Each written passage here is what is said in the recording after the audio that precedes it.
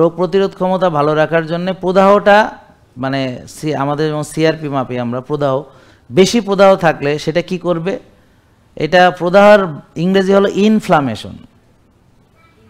In মানে ভেতরে, মানে এটা আমি বানাইছি আর কি, আর ফ্লেম মানে আগুনের শিখা, তো এটার সঙ্গে এটার সম্পর্ক আছে। ইনফ্লেম মানে ফ্লেম মানে আগুন, তো ভিতরে যাইলা পুরা শেষ হইয়া যাইব আপনার, ক্লিনিকে আগুন ধরে গেছে, মানে ডাক্তার তো নাই, হ্যাঁ ডাক্তারের গদিতে আগুন লাগাই দিছে।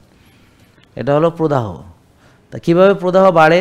টেনশনে বাড়ে বেশি খাইলে, আর যত নষ্ট খাবেন, যত ওষুধ খাবেন, যত কেমিক্যাল খাবেন, যত কেমিক্যাল ফার্টিলাইজার, কেমিক্যাল পেস্টিসাইড এইসব দেওয়া খাবার খাবেন, যত হাইব্রিড খাবেন, বুঝতে পারছেন, এবং কেমিক্যাল ব্যবহার করবেন, প্রদাহ বেশি থাকলে কী হবে, আপনার ডাক্তার তো কাজ করতেই পারবে না, বরং গদি থেকে ওইটা দৌড় মারবে, কারণ ওইখানে আর গদির মধ্যে আগুন লাগা দিছে।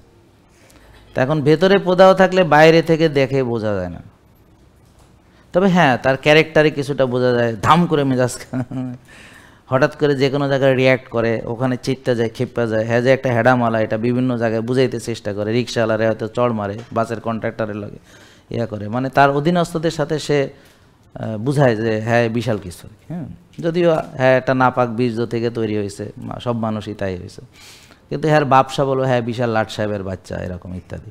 তো বিশেষ করে যাদের শক্তির অভাব, যাদের পুরুষত্বহীন, ওরা এইসব বেশি করে, যে বোঝানোর জন্য সবাইকে যেন আমার সব ঠিক আছে, আসলে যে ঠিক নাই এটা তো সে জানে, এবং বিভিন্ন জায়গায় লজ্জা শরম পাইছে, এখন এইটাকে ও বুঝতে দেবে না, এই জন্যে সে সবখানে সে বুঝাইতে চেষ্টা করে আয় বিশাল কিছু।